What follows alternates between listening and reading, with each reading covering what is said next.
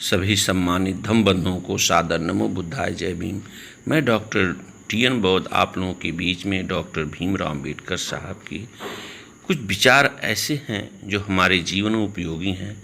इसे जीवन में अमल करें और आप लोग बीके महागुरु चैनल को अधिक से अधिक लाइक और कमेंट शेयर करें और वीडियो जो भी हो उसे अंत तक देखें, तभी आपको कंक्लूजन निष्कर्ष मिलेगा।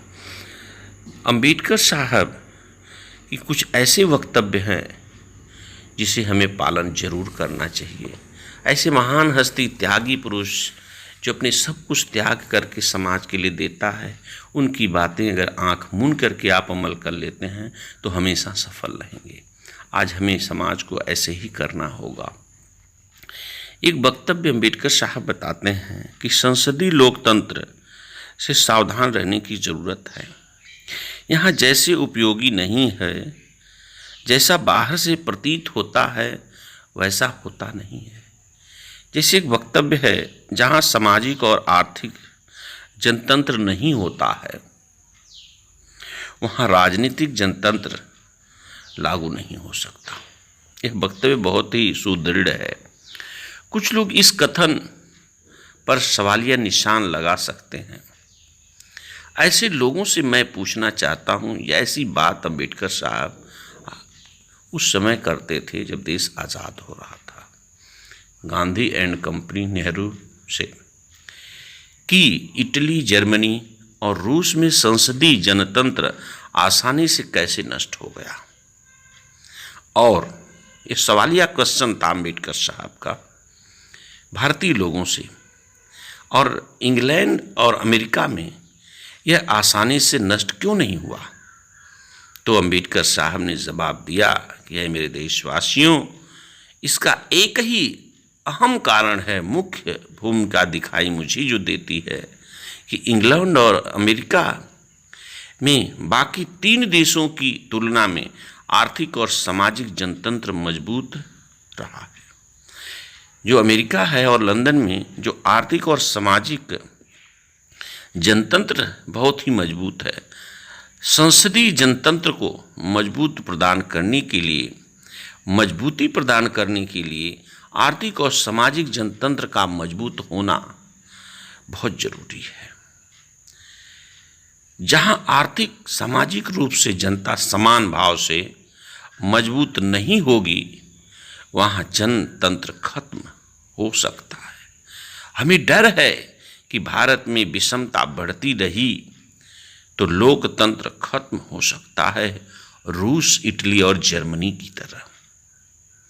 इसलिए आर्थिक सामाजिक समता की क्रांति बहुत ही जरूरी है। इसीलिए अम्बेडकर साहब रूस के नियम विदेश नीति में RSS, Russian system of society को लागू नहीं होने देना चाहते थे और उन्होंने इस बात से त्यागपत्र दिया। अभी भी वक्त है, ऐ मेरे दोस्तों, अम्बेडकर साहब के विचारों को अमल करो, देश को बचाओ, समता लाओ, क्योंकि जनतंत्र समता का ही दूसरा नाम है, लोकतंत्र समता का ही दूसरा नाम है। संविधान समता के लिए बनना है और लोकतंत्र की व्यवस्था ही समता की व्यवस्था है। संसदीय जनतंत्र लोगों में स्वतंत्रता के प्रति लगाव का भाव पैदा करता है। यह लगाव का भाव प्रत्येक समुदाय का जो बौद्धिक वर्ग होता है, विचारणी वर्ग होता है, उसके ऊपर अपने समुदाय के हितों की सुरक्षा की जवाबदेही होती है। अर्थात जिस समाज का सबसे बड़ा नेतृत्व करने वाले लोग जो बौद्धिक विचारधारा के लोग होते हैं, यदि वही अपने समाज का नेतृत्व, प्रतिनिधित्व सम्यक सद्भाव से नहीं कर पाते हैं, वफादारी से, ईमानदारी से, वह समाज, उस समाज के ऐसे प्रतिनिधित्व लोग स्वयं गर्त में चले जाते। इस बात को अम्बेडकर साहब बखूबी समाज और जनता को समझाते रहे, लेकिन अभी भी हमारे लोग इस बात को नहीं समझ पा रहे। साथियों से अपील है कि अम्बेडकर साहब की विचारधारा को अमल करिए। उनकी विचारधारा जब तक जीवन में अमल नहीं करेंगे तब तक आप सर्वांगीण विकास, सामाजिक वैमनस्यता, जाति वैमनस्यता, आर्थिक विषमता नहीं दूर कर पाएंगे। इसे दूर करने के लिए अंबेडकर साहब के मार्गदर्शन की बहुत आवश्यकता है और उन पर चलने की उससे ज़्यादा आवश्यकता है। और बुद्ध का नियम, प्रति समुत्पाद का नियम बहुत ही सुदृढ़ है, जिसकी वजह से देश में विषमता खत्म हो जाएगी। यदि आप विषमता खत्म करना चाहते हैं तो हमारी वीडियो को ज़रूर सुनें, समझें और अमल करें कि अंबेडकर साहब और तथागत भगवान बुद्ध के विचार कितने पवित्र और सद्भाव से है, मानवतावादी है, सभी मानव के सुख शांति समृद्धि प्रदान करता है।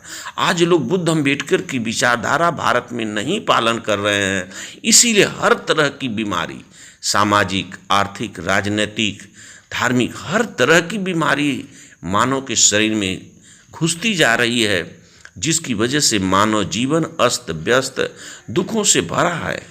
इसलिए इस विषमता को दूर करने के लिए अंबेडकर की भावनाओं को समझना होगा और यह जरूर दृढ़ संकल्पित होइए कि सामाजिक आर्थिक क्रांति, सद्भाव, समान भाव जब तक नहीं आता है तब तक लोकतंत्र की अवधारणा माने नहीं रखती।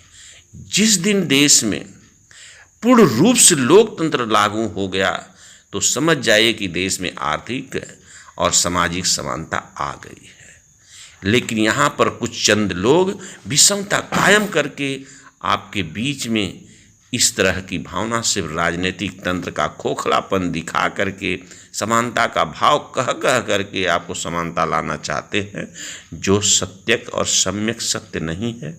इसलिए सम्यक शिक्षा की ज़रूरत है, शिक्षा के स्तर को बढ़ाना अति आवश्यक है। इसलिए सभी धम्म बंधुओं को सादर नमो बुद्धाय। जय भीम, जय भारतीय संविधान।